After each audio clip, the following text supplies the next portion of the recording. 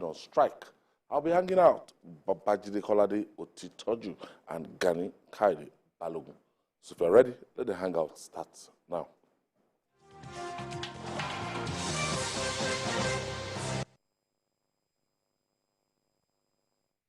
Thank you for staying with us. Let's begin with a matter bordering on judicial integrity in Nigeria. The immediate past president of the Court of Appeal, Justice Zainab Bukachua, has defended her judicial integrity following a comment by her husband, Senator Adamu Bukachua, that he obtained favor from her on behalf of his fellow senators. Justice Bukachua said in her 40-year judicial career, she never compromised her oath of office. She said that the then Senate President Ahmed Lawal did not allow her husband to finish his thoughts, that help he spoke about was not in a negative sense. Let's share that comment by Senator Bukachua with you.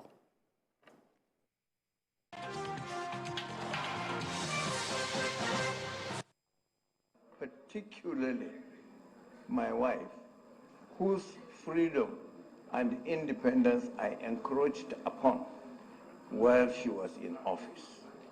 And she has been very tolerant and accepted my encroachment and extended her help to my colleagues. Distinguished, please, I don't think this is a good idea, go in this direction. It's not a good idea. It's not a good idea, please.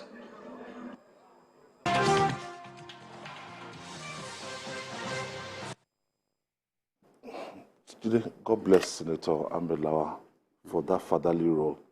Because in Yoruba Palace, I don't know the one to put. I don't understand. Senator Lawal interjected twice. If you watch that validity session, the man kept on the line of thought. He wanted to actually embarrass them. Oh no! What is Justice Bukachua talking about, Jide?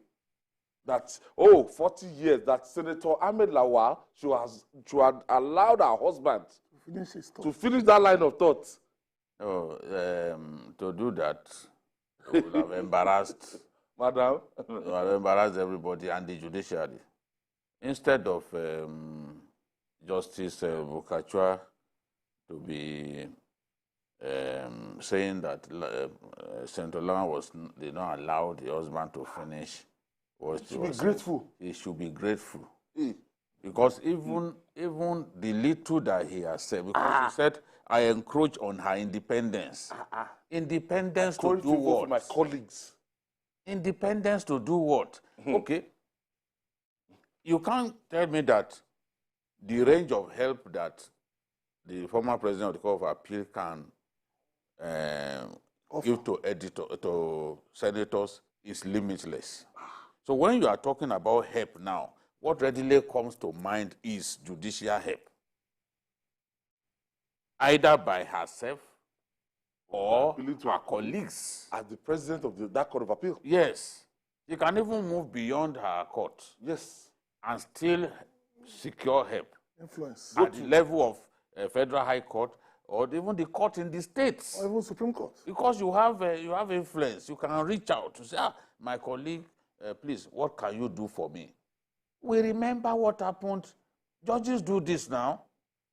We remember what happened many years ago that put Baba Justice Salami that the case was arrested.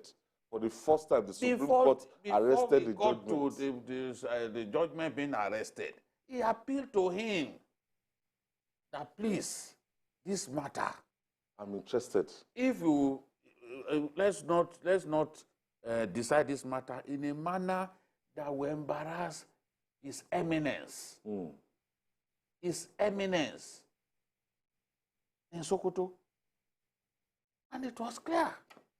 I won't go into that matter now because they will say Jide has come. Now, in this case, I mean, we are not kids now. And if you look at what happened that day, Jide, senators were standing up. It was like a moment of confession. People were very, very emotional. They were bearing their if minds, I've forgiven you, please forgive me. All his colleagues. If you watch, I took my time. I watched saw the drama of Ojuzo Kalu crying. I saw, you know, so it was a sober moment. What's his name? The man we call the bad boy. Yes. Okorocha. Yes. I was even asking the Senate President that teach him what he did not know. Yes, please. That you the route I passed through. I contested for presidency. I didn't survive it.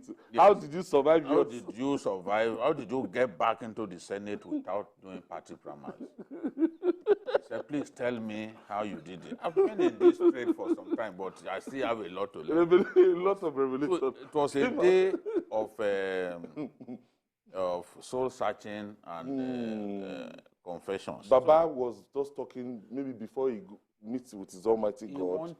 He wanted people to realize that beyond just being a member of that Senate, that he extended help. He used his position to help a lot of them. He wielded serious influence. What he was trying to do was clear. He wanted people to realize that, look, a lot of you are seated here. I've helped a lot of you. A lot of you would not be here if not for me. I helped a lot of you. That was the point I was trying to make. And don't forget that the Senate race ends at the Court of Appeal. The Senate President being an inner member of... Baba. He said, no, I don't think it makes sense. I think this is what the Yorubas will call it. Because they may end up even implicating him. Yeah. Who knows? Yeah, this is what Yorubas will call it. AD. I don't know the English translation. Something like somebody putting a something will take over you. Spell on just start. It's like just saying that's the word. Spell. You just start talking anything that normally, in a normal situation, under normal circumstances, will not come out of your mouth. And I think the wife should simply have let the thing blow over. Even this makes it worse. Because you keep coming Nobody back. will believe this. No. This is just trying to. This is just to save face. Finish what? Even me, I felt for them the way it was going. Honestly. Because said they should allow him to finish. Senate President was very quick to interject. The Senate President. Even before then, there were grumblings. Of course. People were already saying, what's going on? What's going on? Have I ever been speaker now? So they were already thinking, what's going on? What's going on? Ever embarrassed one now. And there are many lawyers in the Senate. They know the implications. They know. This is a judiciary that people have always felt, look, has never 82-year-old man lived up to his name. Senility. Why should I arrest? Senility. No. I don't know. Because that's not, it's not fair to say that. Okay. Not fair. So, He was not, I believe that he just didn't want to be politically correct. He wanted to say the truth. Yeah, something pushing And he said the truth, so it has nothing to do with his mental state. The man knows what he's saying, no. Let's not fool ourselves. The man, he has helped. They wanted to stop him, he went back. So that's the point. I have helped some of you.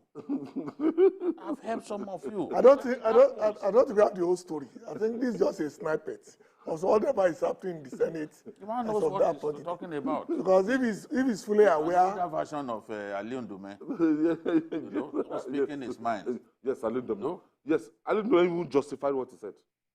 Ali Ndume justified what he said. Yes, the man was saying the truth. The truth. Man will just change his mind out. No, the man, if everybody is going this direction, the man goes in the opposite direction with his white No, he considers. Take on Ndume. No. You can't take on Ndume. Senator Ndume, he considers himself a maverick. Somebody that plays to his own beats. He's a one-man riot squad in that place. He just speaks his mind. If they bring some of his sound bites, you will be wondering why even APC, why they've not expelled him.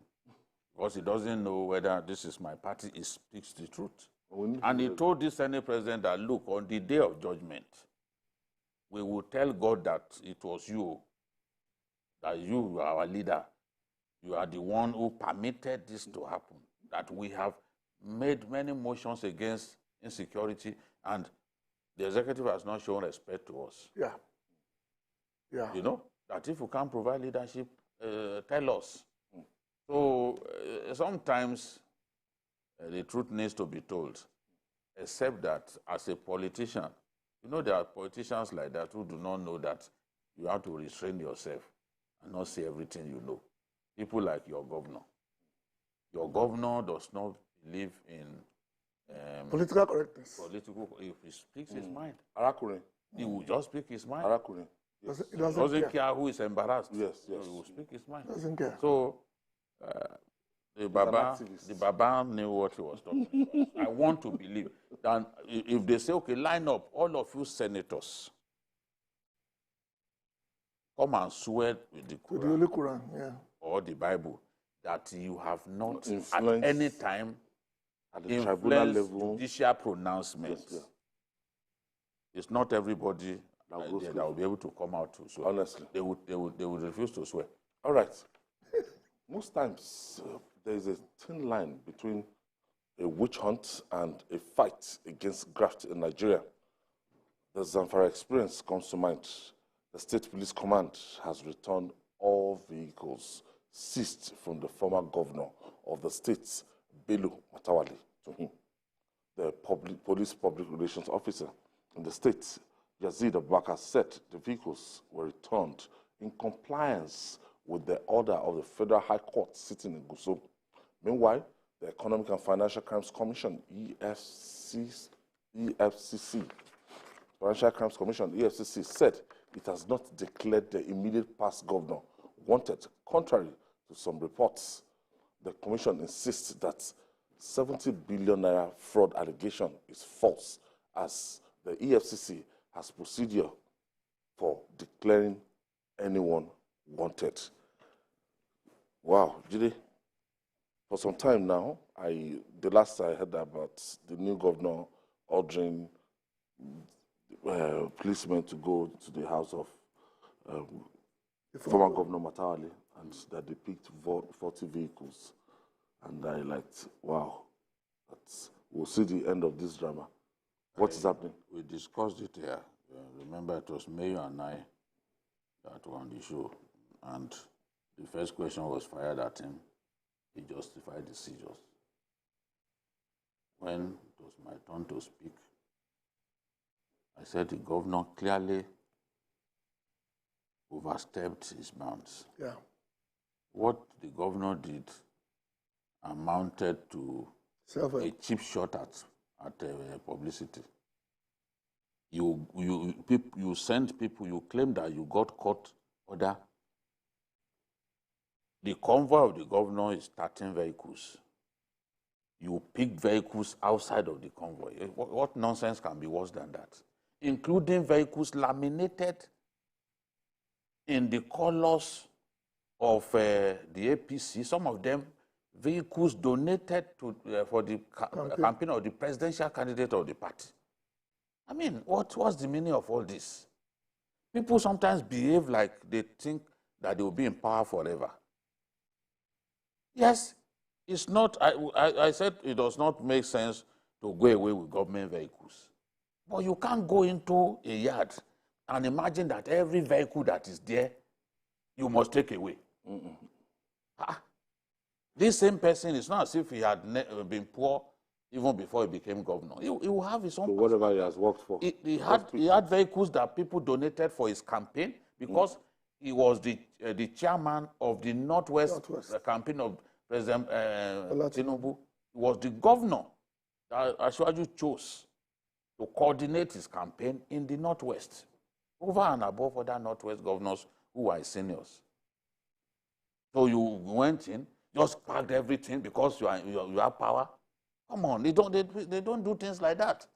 Even people who got waivers, you know, when the government is leaving office, there will be people who will get waivers to continue to use their vehicles. Some will say, okay, I want to pay. Yeah.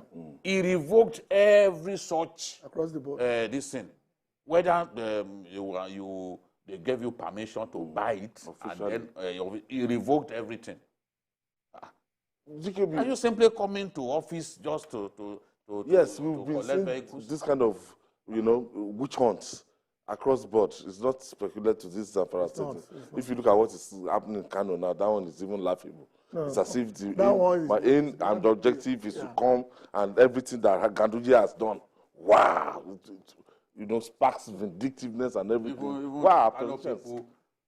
The one that even hurts Kano people the most is that roundabout. Roundabout in front of government. Because there's no need in the world to demolish that roundabout. You can say you demolish some that roundabout. As if you had just a target in office. So once I assume this thing, Then the Otoro interchange, the best interchange in our country today, that the governor be let him go and demolish it. If you don't want to have his imprint on anything, demolish the Otoro interchange now.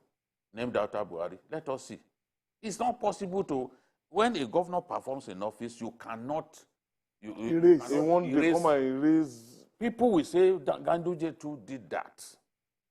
He did that to an extent to the other man. I remember they didn't allow him to enter the state. But you do not fight evil with evil. Fire with fire, yeah. You have to be sensible. Be a man of your own. Yes, you don't have to fight evil with evil. Move on. Do your own work. Set your own agenda. Let the world see what you come to do, not to go and be demolishing the roundabout. There are even structures of government, institutions of government that can handle all this. It's not necessary for the governor to give an order. Just like to supervise. Yeah, like it happened in, if you remember, the lady in Oyo State. While the governor complained to the media, he allowed the system to take care of retrieving those vehicles.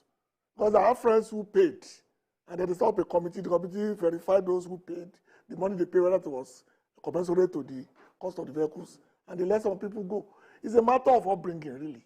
Because if you are coming to office to serve, vendetta should not be the first thing at all. That comes to your mind. In all states. It's a reflection of the fact that you are just there basically. Yeah. In what view?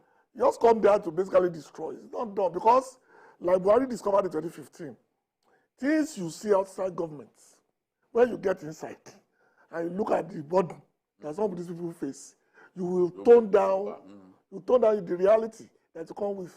Obviously, he has not been given the files to know where the state stands. I'm telling you. Debt-wise, where the state stands in terms of liabilities. You will not have the time for this gragra. No, look at Zamfara, his state. Yeah.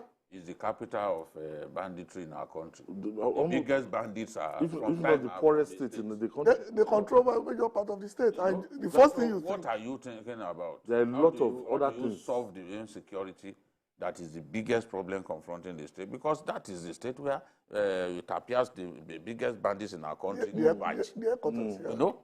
So people are being the level of poverty.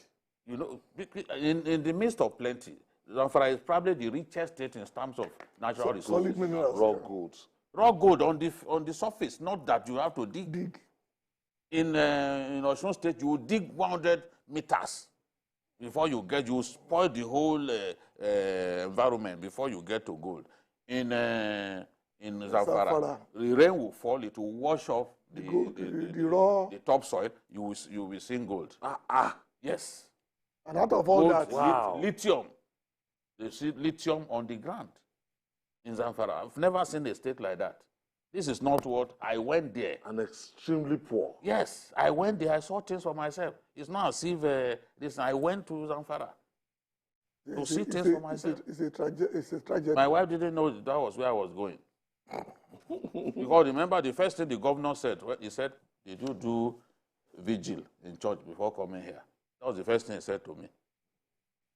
I didn't tell her that was where I was going. I said I was going to Abuja. Yes. And when I went to Jengebe, where they kidnapped those female students, on our way back, cattle rustlers were attacking the village in front of us. And I had just about 7 policemen. I looked at them. We had to wait, let them finish what they were doing before we proceeded on the journey. These are people who sometimes even they will confront soldiers. I mean, they've killed many soldiers in ambushes in that Zamfara state. The first thing the governor should be thinking of is how to solve that security problem. What do I do? Let me think out of the box. What do I do? It was the cars. So, Mr. Governor, rearrange your priorities, both in Kano State and any other states across the country. Please concentrate on why you were voted in. If it is not which one, why should you park vehicles outside of the governor's Official convoy. ones, Because the governor's convoy, those are the government vehicles. How can you see vehicles laminated in APC Branded colors? vehicles. Yes, laminated in Shuaibu's picture, and you still took them away. That's arrant nonsense. Just to show that you are in power, you went to the man's village and just parked these vehicles. Now the court gave them 48 hours. To return it. You must return All the vehicles, all of it. return them. And now they've obeyed this is a new government. They quickly obeyed the order. All right. It's a new administration in Nigeria, but same old sad story about wanton insecurity. Some bandits have invaded Dorayi in Zaria local government area of Kaduna State, killing Fulani Chief Shuaibu Mohammed and his 4 children on Saturday. Wife of the deceased, Halima Shuaibu, said the bandits went from room to room in the compound and killed her 4 children who were married with children. The bandits also rustled more than 100 cattle after attacking the compound. GKB, it's unfortunate. now it's a period of honeymoon for this government. Yeah. And after some time, a lot of people will hold them accountable that it's high time that we pay attention to this security. And after some time, the honeymoon will be over. Yeah, that's what the president said. He said they begged for this job. But that his words, not mine. That they begged for these jobs. He was telling the governors. And so they have to sit up and do the job they were voted for. And I think the honeymoon phase is not even non-existent. Because as you and I know, from day one, President Tinubu has started working very hard on the economy and the other areas. This one, I'm sure, you will also find a way around it. For 2 reasons, really. Because no matter what you do, like we said about Buhari, no matter the level of infrastructure you provide, no matter the level of economic growth that we witness, if you do not solve the insecurity, nobody will put all that into consideration when history is judging you down the line. Because what they will say is that during the period of Mr. X, everybody was just being killed like flies. And if these governments, both state and federal, I'm talking about Kaduna now, want to make a difference, they have to do something different from what Rufai Mohammed Buhari did when they're in power. I understand they were looking for something like Homeland Security or whatever. But we've said it on this program many times. It's the dog of today that knows how to chase the rabbit of today. Stop using 1960 system to fight the banditry of today.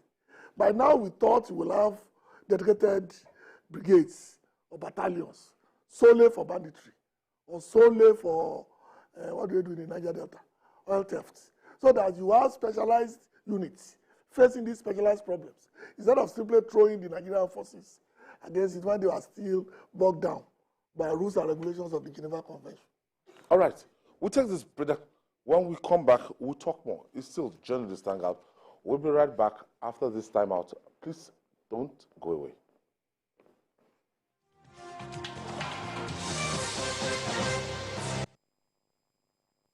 Heading home from work, in the busy traffic, your car breaks down. Car horns blast. Your car is pushed aside. You call for help. Phone battery blinks and dies. You take a cab. Few miles, tire bursts. What a day. Frustrated, sweating, and tired. Nearing home, darkness envelops the street. Wow, just one house is bubbling with life. Brilliant lights, loud music, smiling wife, all welcome you. We alone have light? Yes, it's JRB Solar Energy Systems, my anniversary present to us. No matter how dark life is, the sun is gonna shine on everything you do. JRB solar inverters, batteries, solar panels, solar streetlights, and more. Telephone 0906 752 1111. Email sales@jrbsolar.com. JRB, the sun is gonna shine on everything you do.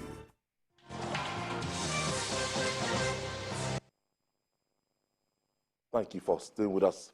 Just before we went on break, we were talking about this killing, and this chief Chief Shuaibu Mohammed 4 of his children, and those children were actually married, and they rustled 100 cattle. It's unfortunate only one of the Fulani Chief's children survived. Usually what happens, these guys don't want to be confronted at all. Once they raid you, they expect you to surrender. They expect you to surrender. In absolute submission. You come into somebody's compound, you want to steal 100 cows, and you expect him to just fold his arms. 100. To raise one cow alone, it takes a long time, because the cow only gives birth, to 1. It's not like dogs. Dogs can give, or pigs can give you like 10 liters. But the cow is just once in a year, just once. And it takes a long time before the cow gets big. So they come, they want to steal 100 cows, and they don't expect to be confronted. And where there are young men, those ones who want to confront them. And you confront them, they turn their guns on you, they kill people. It's the same problem that they are facing with the vigilantes. The vigilantes were hired to stand up to them. But once they suffer setback in the hands of the vigilantes, they reach out to their people outside of the country. They will come in and waste those vigilantes. Bandits in northern Nigeria, especially the northwest and some parts of north central, like Niger, they imagine that they are the law and that nobody should confront them. This is the nonsense that we have been dealing with for so long. They are not bigger than the state.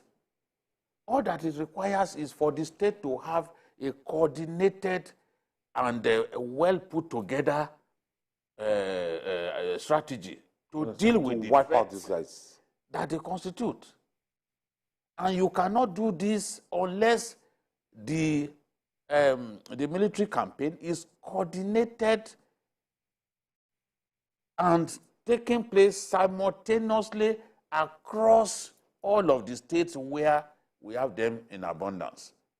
You know, I've always said that, look, the problem we have is, they will go to this state, go and fight them. That's what the Nigerian forces do. They will fight them here, and then they escape from there, and they understand the terrain. On their bicycles, they can crisscross up to 4 or 5 states on their bicycles, especially the states of the old northwest state, beginning from Niger. So, how can people be this wicked? On April 13, they killed 33 persons in Zango Kataf. On June 7, these same bandits killed 2 and abducted 30 in Kaduna. On the 29th of May, they also killed 33 people in Kaduna. So between January and March this year, in Kaduna alone, bandits have killed 214 persons and abducted 746. In less than 6 months. 746. In another country, heads will have been rolling. Like Russian roulette. Heads will have been rolling in another country. 216 in one state. We are not talking about the whole country. In one state, people get killed. Our people, the lives of our people, abducted almost 1,000 people. So cheap. They just walk into a community, kill people, and get away with it. No. We've got to find a way to tell them that enough is enough. Because they are not behaving like they've done anything wrong. I've told you before that a bandit told a friend of mine in Katsina that only cowards believe in God. So as you see them, they are not Muslim. A lot of them are animists. That's the mistake that some of our people make. You see them, you think that many of them are Muslim. Animists involved in pure idol worshipping. That's what they do, and they don't believe in God. Otherwise, if we believe in God, will you choose the season of Ramadan. Ramadan to attack people. When you are supposed to be fasting, fasting, keep your... to be killing people. They even go into the mosque to kill people during Ramadan. Come on. They don't stand for anything. The nonsense has to stop. Government has to show that, look, we are in charge, and no man is bigger than the state. No man can defeat the state. The greatest of terrorists have never succeeded in defeating their states. You can't defeat the Nigerian state. But we have to show them. We've not done enough. The methods that we are adopting are not working. Not working. They are not working. They are old school methods. The governors of the North-West state went to meet Shuaibu. They talked about this banditry, led by their new leader, Governor Diko Rada. They went and told Shuaibu, look, we want agriculture to blossom in our states, but this insecurity is a problem. Go and price ram now. You will see how costly ram is. Because of insecurity. A lot of the places where they used to go deep into to bring out this livestock, they can't go. They told me, I did interview. They told me, they say, places where we used to go to get the livestock, we can't go again. They can't. So even friends of mine that normally will pay money years in advance for the ram, and they will give it to them. This year, they could not access it. Because normally, most people will pay good money, so they will buy the rams when they are very young. And they will now put them there. They pay the person. So once maybe every year, they will now give them the proceeds in young bucks. This year, nobody's getting any. Because they've been calling everybody they give ram to. That we are sorry this year, we couldn't access our rams. A lot of people will say the previous administration did not do enough, that the willpower, the political willpower wasn't there to wipe out these guys. Well, we've said on this program, if you remember, that all over the world, they create special forces for special problems. We are still using the same old system to fight new threats. Nobody does that.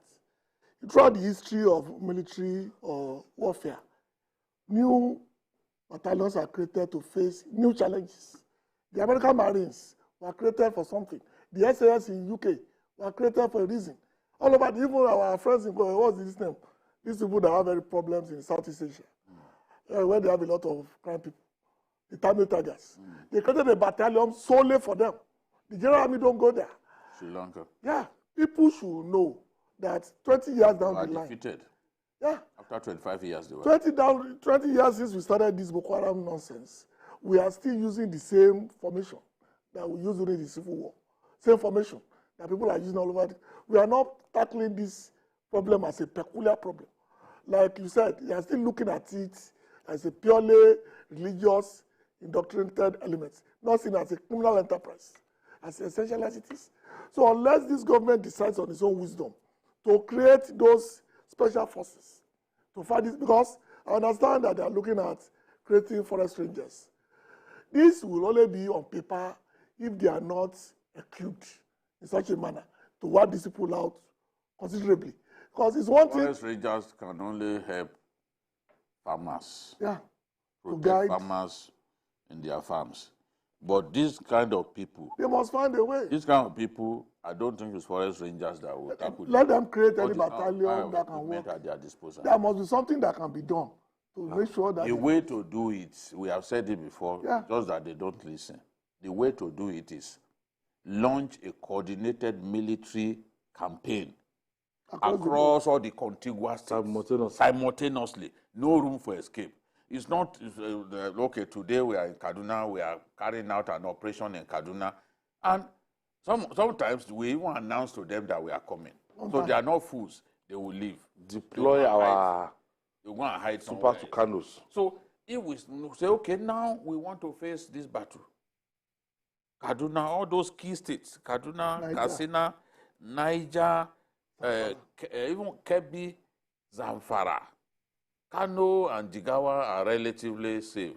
These things, Kano doesn't have the kind of forest that they have in Katsina and other places, so Kano is relatively safe. The bandit needs forests where he can hide his fighters and all that.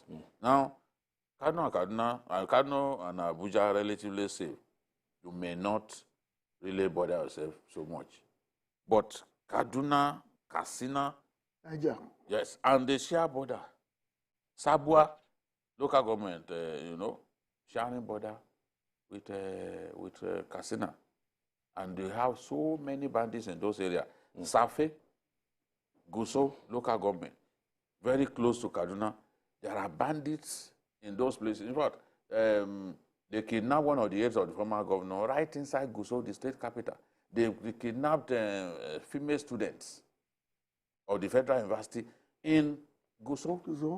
So even the state capital is not safe from these elements. And once they do it, they've gone to their forest to hide. So we have that coordination. We must tell ourselves that, look, even if it's 2 months I want to use to fight these guys, let us do it. And that victory, we will achieve it if we have that single-minded approach, not piecemeal attack on them just to show that we are working. No, it has to be coordinated. Block all their exit routes. Block everywhere. And we'll have victory. And follow up. And finally, from time immemorial, strike remains the greatest weapon in the hands of workers to make some demands. But that is about to change in Nigeria. The National Industrial Court has declared that the order restraining the Nigerian Labour Congress, NLC, and the Trade Union Congress, TUC, from embarking on planned industrial actions subsist. In the ruling, Justice Olufunke Anoe set the order as granted on the 5th of June subsist, pending the hearing and determination of the motion on notice. In addition, the court ordered the parties to maintain the status quo and adjourn the matter until the 20th of July for hearing. GKB. It will be difficult for TUC and NLC to call the strike before the 20th of July. This justice has just ordered for the status quo ante bellum to be maintained. Well, it is, once you've agreed for arbitration, then you have to obey whatever comes out of it. Because the TUC especially agreed very early for this level of arbitration. And that's what we are seeing. I'm sure that whatever they have in mind as a trade union, whatever they on strike, since they are still talking to government, I think this is a window, about 4 weeks, a window they can use to really have a constructive engagement in such a manner that the need to call the strike, whenever the thing is lifted, will no longer be relevant. And this can be done by simply making sure that the best negotiators that they can have are brought to the table to work on this. This judgment is germane for 2 reasons. It gives stability to the system, and then it allows the trade unions to also put their acts in order. Because like I said, the best thing to do now is to ensure that they continue to talk to governments and they continue to let their members know the status of these talks every step of the way. Because that's the only way to win the perception war down the line. Actually, going to court now, and this court has made this pronouncement, and whatever is going to happen, we're in June, and you have till 20th of July, a month. Before this time, you can't call out your workers to go on strike. So back on the strike. Yes, I think the Tinubu administration set out early to stop the strike, to make sure that Labour cannot call a strike. Even if Labour calls a strike today, it will be a monumental failure, because already they reached out to some chapters of the NLC, and some of them are not interested in the strike at this time. And then the Southwest, even in the North, are not interested in a strike. If a strike will succeed, you will feel it even on the streets. What I had expected was that there will be so much anger about the removal of yes, and the new price regime. But everyone appears to, or most people, let me not say everyone, most people appear to be convinced that, look, for so long we had failed to take the big decisions. And this is the time to take the big decisions in the interest of everybody. And thanks to people like Mamadou Sanusi, former Emir of Kano, who said, look, things will be difficult because a lot has been damaged. If anyone tells you that things will not be difficult, don't vote for that person. Ignore that person because he's a liar. We have reached that point in our national history where we have to actually take those difficult and painful decisions. And those decisions have been taken. Subsidy, for example, if you do not remove subsidy, it will eventually kill Nigeria. It's clear, because we can't pay our bills anymore. All those who used to argue that it's not true that Nigeria is broke, let them come and argue now. We are a country spends 96% of its revenue on debt servicing. Not the principal. You are servicing the interest with that kind of money. And you want that subsidy to continue. How come that the greater anger over removal of subsidy is in fact, up to Central African Republic, our neighbors. Nigerian oil is being sold. It's our neighbors, Cameroon, Chad. Those ones are crying more than the bereaved. Benin. They are the ones who are Niger.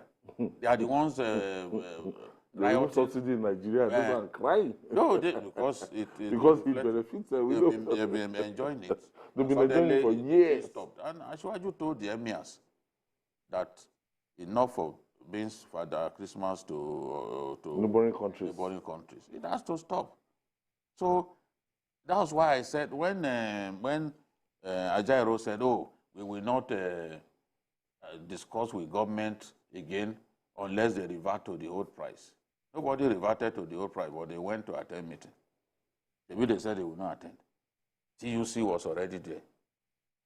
So in order not to for TUC not to take the singular credit of negotiating with government and securing some concessions for workers, Ajaero and Co quickly rushed to go and join them at that meeting. He didn't wait for them to revert to the old price. Now what Ajaero and Co should be doing is continue these talks. Shuaibu spoke about the need for salary increase even before Labour asked for it. He spoke about the need for salary increase when he had that meeting with APC governors. So now they should sit down with government and hammer out the framework for a post-subsidy era, the palliatives, what will ensure that the pain is not severe on our people. No one can deny that there will be pains. And I've seen that NEC meeting. You saw the report of the NEC the meeting, where they're already saying, okay, there will be consequential adjustment to salaries of workers, and they were talking about more than 700 billion or so being set aside. They are talking about compressed natural gas. Okay, Julie, and all of just those hold on. things. We'll take this break. When we come back, we'll talk more. We'll be right back after this amount.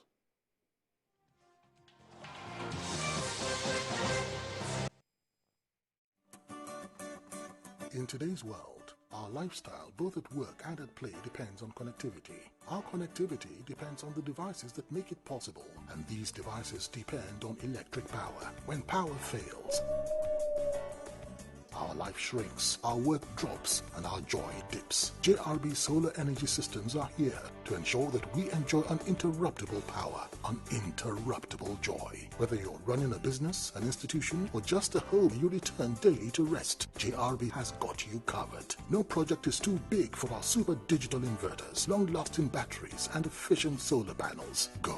Dream on. Change your world. JRB Solar Inverters, batteries, solar panels, solar streetlights, and more. Telephone 0906 752 1111. Email sales@jrbsolar.com. With JRB, the sun's gonna shine on everything you do.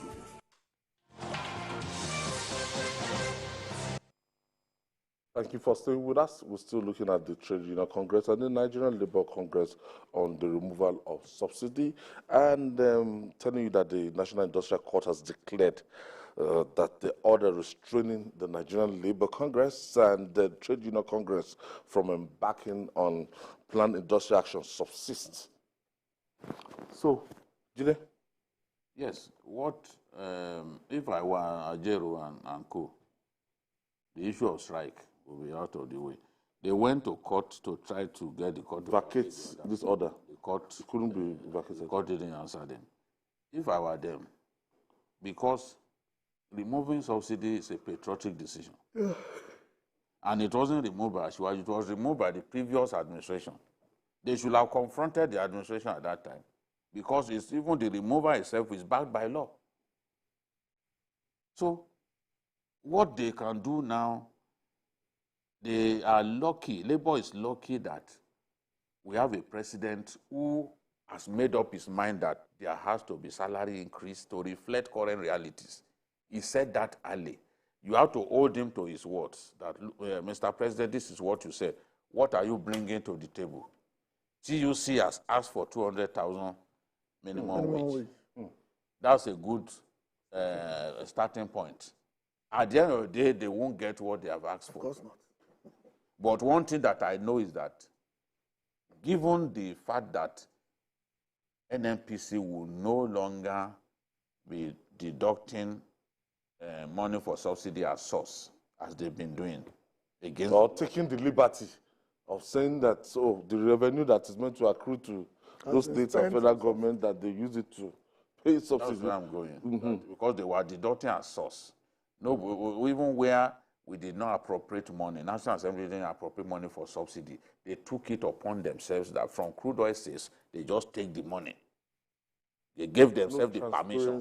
They just take the money and go and it was pay. Just they fixed the consumption level all by themselves. Despite the fact that even DPR's idea of our level of consumption did not match that of NNPC. But NNPC went ahead, decided on consumption level, and continued to pay subsidy bills from source. They just take from the sales and pay. Now, there were months when they did not contribute anything to the federation account. So, no wonder if what will happen now? They'll be very rich. What will happen now? Once those deductions stop, states will earn more money. That is one of the natural consequences of they'll be able to, the money they bring to the fact every month. Because, look, if we just look at some months when NNPC still paid subsidy, it's not as if it's every month that they don't pay. Some months when NNPC remitted. Now, they share billions. Yes, they still they remit. Some months they remit. Some months they didn't remit. Now, if you bear in mind the fact that subsidy will no longer at all, so all these things will come in line with what the law says, that all revenues must be shared. All revenues. It didn't say keep some. Bring everything to the table. Share. That's what the law says. Jakub is calling us from Lagos. Thank you for staying with us, Jakub. Thank you very much, Ayo, and then Babajide, and then GKO. All right, go ahead, Jakub. See, I really want to start from where Babajide stopped. But to me, it looked like the 970 compromise. Why am I saying that? The money that was not appropriated, it was spent by NNPC. Look at what Babajide is saying. Some people you call yourself NNPC, and then you spend the money that was not appropriate, and then nobody say anything in the National Assembly. And then they just spend that money just like that. Apart from, now, Mr. President says that you don't want to be Father Christmas to our labor country. Fine, all well and good. But I just want to say this. Yes, labor is asking for like 200,000 minimum wage, as Babajide Raleigh said. But the government should realize that all of us, we are not labor. We are not, some of us are self-employed.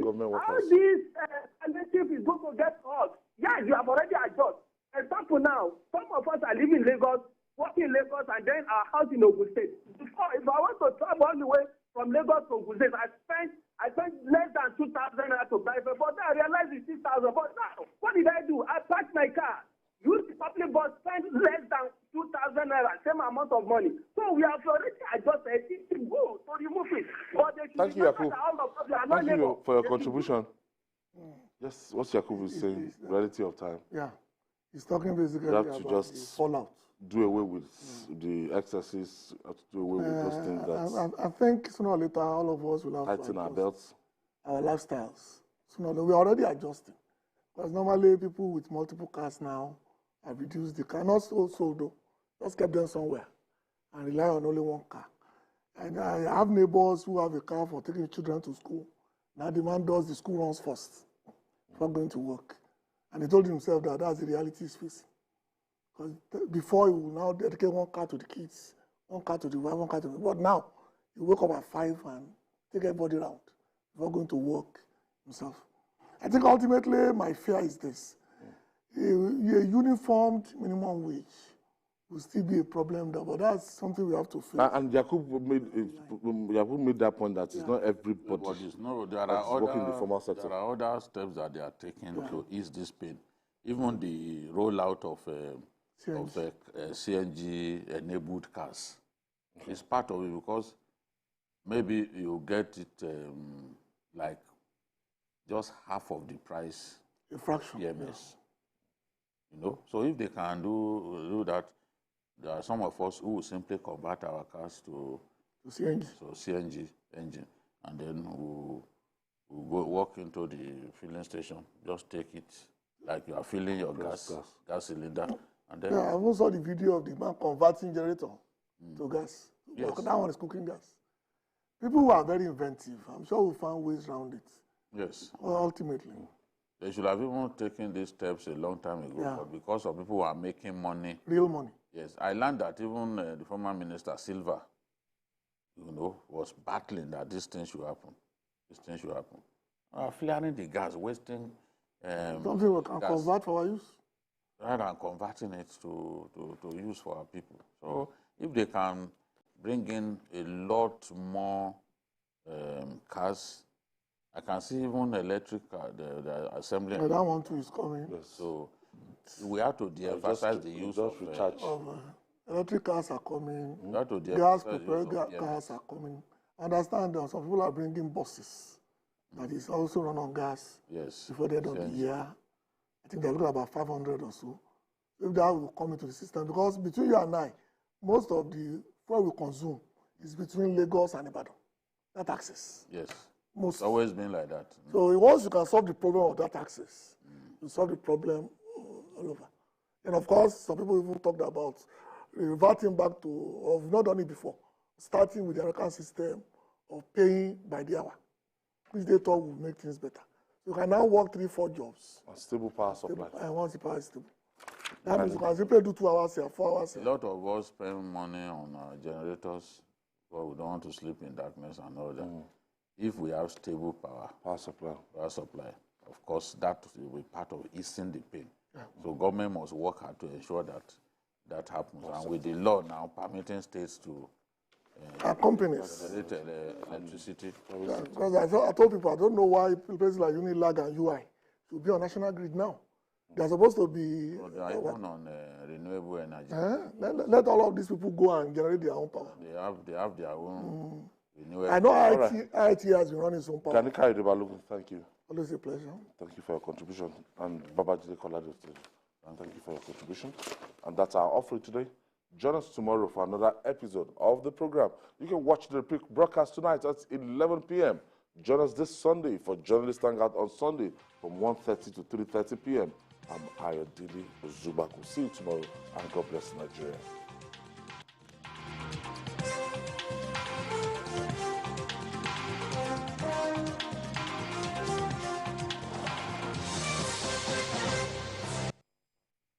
Is a paid presentation by ShopX TV. Are you worried about the safety and security of your home at night? Do you wish to know when intruders come close to your home? Or do you want to protect what matters to your family from anywhere at any time? What if there was a convenient, affordable way to keep surveillance in your home without having to worry about wires, installations, or heavy light bills?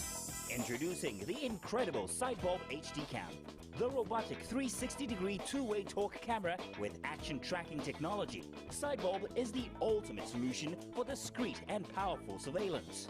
It's so easy to install, and the app lets you rotate and view the video from your side bulb in real time from any smartphone. You can drop in from anywhere and check in with our two-way talk technology. Talk and listen at the same time.